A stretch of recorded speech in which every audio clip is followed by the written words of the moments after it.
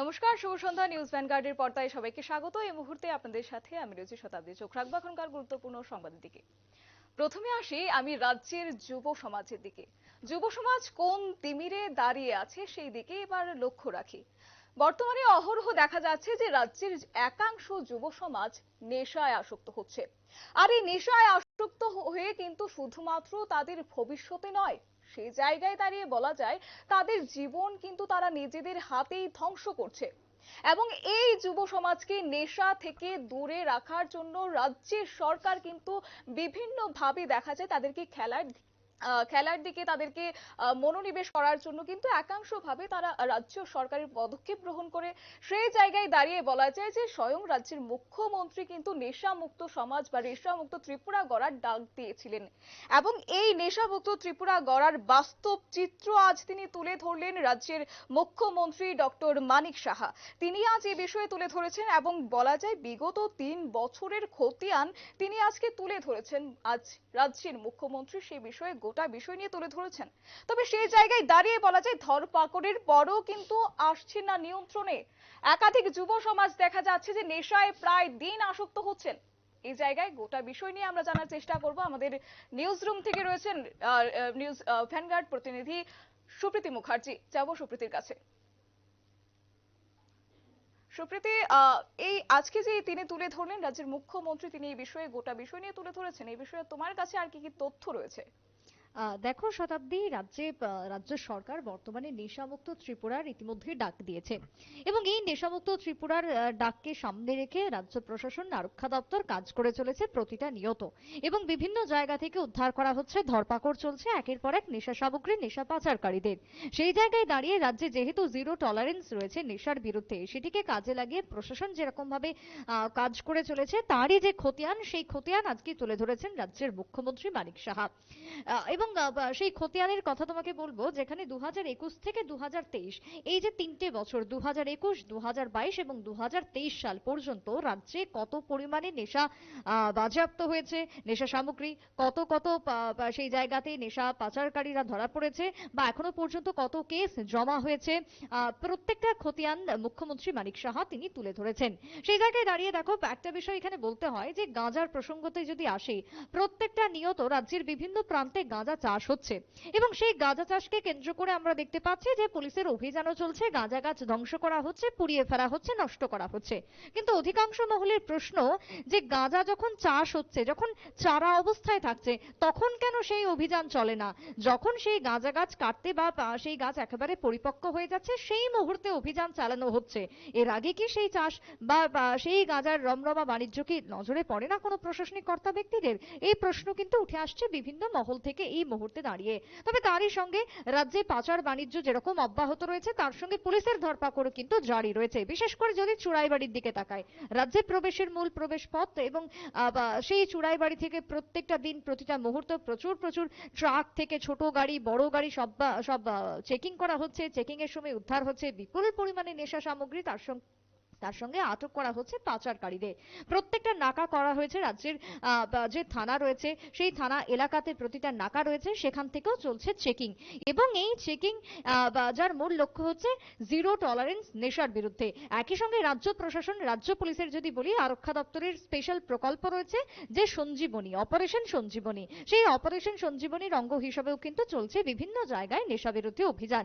এবং এই যে অভিযান চলেছে একের পর এক সময়ে, সেই অভিযানের যে খতিয়ান তাই তুলে ধরেছেন মুখ্যমন্ত্রী। এবার তোমাকে আমি 2021 সালের কথা বলি। 2021 সালে যেটা দেখা যাচ্ছে যে এখনো পর্যন্ত একটা বিষয় জানতে চাইবো, এই যে তুমি বললে যে প্রায় সময় কিন্তু লক্ষ্য করা যায় পুলিশের চেকিং এ কিন্তু একাধিক জায়গায় কিন্তু ধরা পড়ে পাচারকারীরা। সেই জায়গায় দাঁড়িয়ে আজও কিন্তু বলা যায় নেশা মুক্ত ত্রিপুরা কিন্তু এখনো বলা যায় পুরোপুরি ভাবে কিন্তু সম্ভব হয়ে ওঠেনি। সেই জায়গায় কোথায় থাকছে খামতি? ঠিক তাই, অভিযান যেরকম চলছে তার সঙ্গে পাচারও অব্যাহত রয়েছে। অর্থাৎ একদিকে যেরকম পুলিশি অভিযান চলছে, তারপরেও এখনো পর্যন্ত রাজ্যকে কিন্তু পুরোপুরিভাবে যে নেশামুক্ত রাজ্য বা নেশামুক্ত ত্রিপুরা তা কিন্তু কখনোই বলা চলে না, কারণ আজও পর্যন্ত বিভিন্ন জায়গাতে চলছে। সেই জায়গায় তোমাকে বলতে হয় যে একাংশ একাংশ এক্ষেত্রে জড়িত রয়েছে, যাদের কারণে একাংশ পুলিশের কারণে কার্যত এই বাণিজ্য এখনো পর্যন্ত রমরমা চলছে। এবং একদিকে যেরকম গোটা দপ্তরের ভূমিকা যদি দেখি, পুলিশের ভূমিকা যদি দেখি, সকলেই একযোগে কাজ করলেও একাংশ নিশ্চয়ই রয়েছে সেই দপ্তরের মধ্যে মধ্যে অর্থাৎ সর্ষের মধ্যেই ভূত লুকিয়ে রয়েছে, যার কারণে কখনো দেখা যায় যে কাঞ্চন মূল্যের বিনিময়ে তা পাচার হয়ে যাচ্ছে।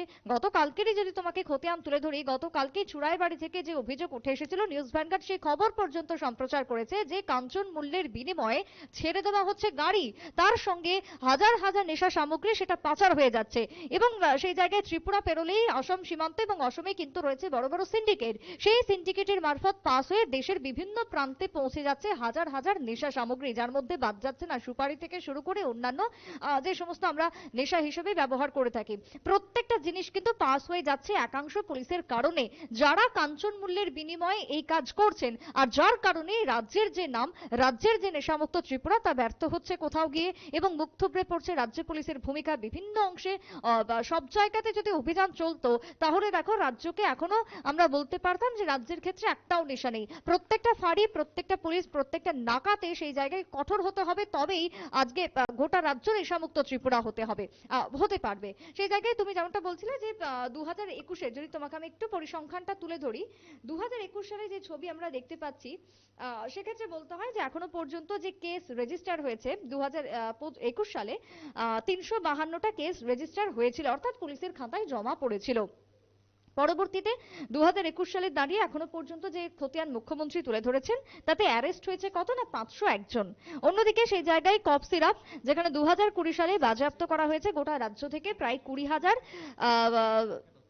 দুঃখিত 20,69,000 দুঃখিত 20,600 সংখ্যায় যেখানে বাজেয়াপ্ত করা হয়েছে। অন্যদিকে যদি তোমাকে বলি ট্যাবলেটের কথা, সেই ট্যাবলেটও দেখা যাচ্ছে যে কার্যত বাজেয়াপ্ত হয়েছে বিপুল সংখ্যায়। যদি হেরোইনের কথা বলি 3,850 গ্রাম হেরোইন ইতিমধ্যে বাজেয়াপ্ত করা হয়েছে। গাঁজার কথা যদি বলি 62,20,228 গাঁজা ইতিমধ্যেই গোটা রাজ্য থেকে ধ্বংস করা হয়েছে 2021 সালের যে লিস্ট বা যে পরিসংখ্যান ইতিমধ্যেই তুলে ধরা হচ্ছে। এবং খুব স্বাভাবিকভাবে 2021-এর যে পরিসংখ্যান দেখছি তার থেকে 2023 সালে দাঁড়িয়ে অনেকটাই বেশি হয়েছিল সেই পরিসংখ্যান। এবার আমরা 24-এ রয়েছি, 24-এ এখন কি হয় সেটাই লক্ষণীয়। এবার তোমাকে 22-এর কথা যদি বলি, 2022 সালে দাঁড়িয়ে 562টি কেস রেজিস্টার হয়েছিল, পুলিশি খাতায় জমা পড়েছিল অভিযোগ। সেই জায়গাতে কি না অ্যারেস্ট হয়েছে এখনো পর্যন্ত দেখা যাচ্ছে যে 779 জন অ্যারেস্ট করা হয়েছিল, দুঃখিত 759 জনকে অ্যারেস্ট করা হয়েছিল 2022 সালে দাঁড়িয়ে। তারই সঙ্গে কি না গাঁজা সে সময় দাঁড়িয়ে 79,377 গাঁজা বাজেয়াপ্ত হলো।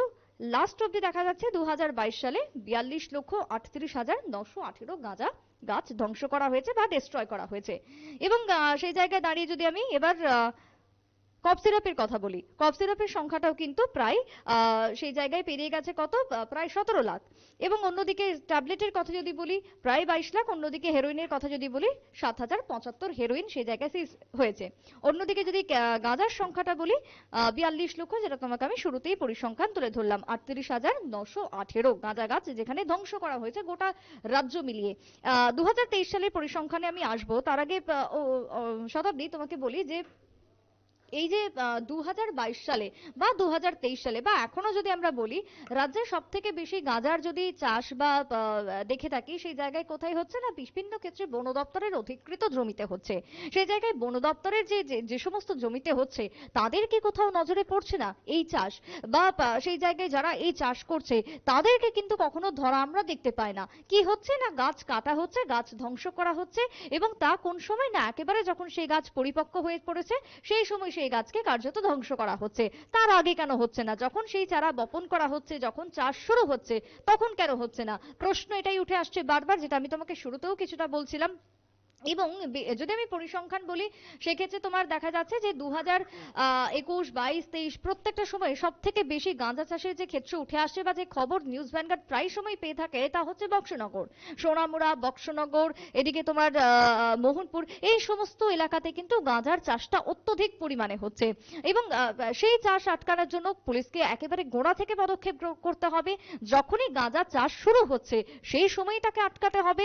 সেই গাছ যখন চাষ হয়ে হয়ে হয়ে যখন বড় হয়ে যাচ্ছে, যখন সেই গাঁজা একেবারে পরিপক্ক, তখন কেন সেই অভিযান চলছে? এতে করে পুলিশকে কিন্তু আগামী দিনে আরো সজাগ এবং সতর্ক হতে হবে বলে মত উঠে আসছে অধিকাংশ মহল থেকে। এবার একদম তোমার সুপ্রীতি, আরেকটি বিষয় জানতে চাইবো। মুখ্যমন্ত্রী কিন্তু বলা যায় যে প্রায় সময় কিন্তু পুলিশদের অর্ডার দিয়ে থাকে, বা বলা যায় যে তাদেরকে কিন্তু বিষয়গুলো খতিয়ে দেখতে, বা পুলিশদের কিন্তু বিষয়গুলো খতিয়ে দেখতে বলা হয়। সেই জায়গায় দাঁড়িয়ে তাদের বলা যায় যে গাঁজা গাছ, তুমি যেমনটা বলেছো যে গাঁজা যখন একেবারে ফলনের পথে, সেই জায়গায় দাঁড়িয়ে কিন্তু তখন যায় ধ্বংস করতে, তার আগে তাদের তৎপরতা থাকে না। সেই জায়গায় পুলিশের কতটুকু তৎপরতা, বা তাদের কি খামখেয়ালিপনার কারণেই আজকে এমন পরিস্থিতি? একদমই তাই। এবং সেই জায়গাতে দাঁড়িয়ে তুমি যেমনটা বলছিলে যে তাদের খামখেয়ালিপনা নিশ্চয়ই রয়েছে। আমি তোমাকে যেমনটা বলছিলাম যে নেশার ক্ষেত্রে এতটা পাচার হচ্ছে কিভাবে, নিশ্চয়ই তার মানে কেউ না কেউ শস্যের মধ্যেই ভূত লুকিয়ে রয়েছে। এবং যতই চেষ্টা করুক না কেন মুখ্যমন্ত্রী রাজ্যকে নেশামুক্ত করতে, তার সঙ্গে কি করতে হবে, যারা অ্যাডমিনিস্ট্রেটিভ লেভেলে কাজ করছেন তাদেরকে আরো অধিক পরিমাণে সজাগ সতর্ক হতে হবে। এবং সেই জায়গাতে যাতে কোনো গলদ না থাকে সেটাও দেখতে হবে কিন্তু কর্তাদেরকেই, যারা ঊর্ধ্বতন কর্তৃপক্ষরা রয়েছেন। এবং সেই জায়গাতে দাঁড়িয়ে পুলিশেরও গাফিলতি রয়েছে, কারণ এই যে তোমাকে বললাম যে বন দপ্তরের অধিকৃত জমিতে, তাহলে কি বন দপ্তরের কি কখনোই নজরে পড়ে না যে তাদের যে সমস্ত জমি জায়গাগুলো রয়েছে সেই জায়গাতেই চাষ হয়ে চলেছে একের পর এক গাঁজা? বা পুলিশ কি কখনোই নজরে পড়েনি যে গাঁজার চাষ হচ্ছে এই জায়গাতে, বা সেই জায়গাতে কারা কারা গাঁজার চাষ করছেন প্রত্যেকটা দিন, নাকি না সেই জায়গাতেও কোনো না কোনো পুলিশের যোগসাজশ শুধু রয়েছে? আরেকটা বিষয় জানতে চাইবো, এই যে ভবিষ্যৎ গড়ার বার্তা কিন্তু বলা যায় যে যুব সমাজের মধ্য থেকে হয়ে ওঠে। হুম। সেই জায়গায় দাঁড়িয়ে ভবিষ্যৎ প্রজন্ম কিন্তু বলা যায় এখন কিন্তু প্রশ্ন চিহ্নের মুখে দাঁড়িয়ে রয়েছে। সেই জায়গায় আগামী দিনে কি পদক্ষেপ নেবে সরকার? কি ঠিক তাই। তথ্য দেখো, যুব সমাজে কিন্তু জাতির মেরুদণ্ড, এবং এই যুব সমাজ যদি ধ্বংস হয়ে যায় তাহলে ভবিষ্যৎ অন্ধকার আমাদের। তাই যুব সমাজকে রক্ষার জন্য একদিকে যেরকম নেশা থেকে তাদেরকে বের করে আনতে হবে, অন্যদিকে তাদেরকে ভালো কাজে নিযুক্ত করতে হবে। এবং তার জন্য তুমি বলছো সরকারের কি পদক্ষেপ? সরকার কিন্তু বারবার বলছে যে নেশামুক্ত ত্রিপুরা করতে হবে এবং যুব সমাজকে বেরিয়ে আসতে হবে নেশা থেকে।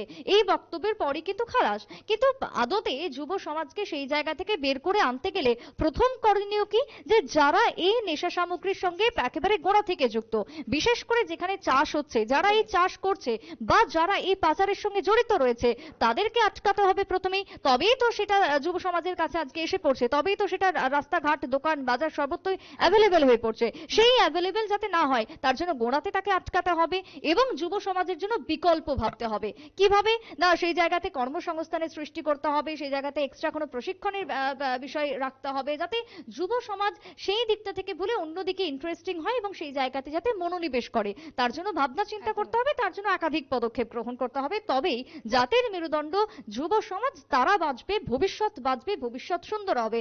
আমাদের চালিকা শক্তি যুব সমাজ, যুব শক্তি। তাই যুব শক্তিকে বাঁচানোর জন্যই মুখ্যমন্ত্রীর জিরো টলারেন্স নীতি। কিন্তু মুখ্যমন্ত্রী পরিসংখ্যান তুলে ধরলেও আজকে আদতে তা কতদূর বাস্তবায়িত হয়েছে সেটাও কিন্তু একটা প্রশ্নের মুখে।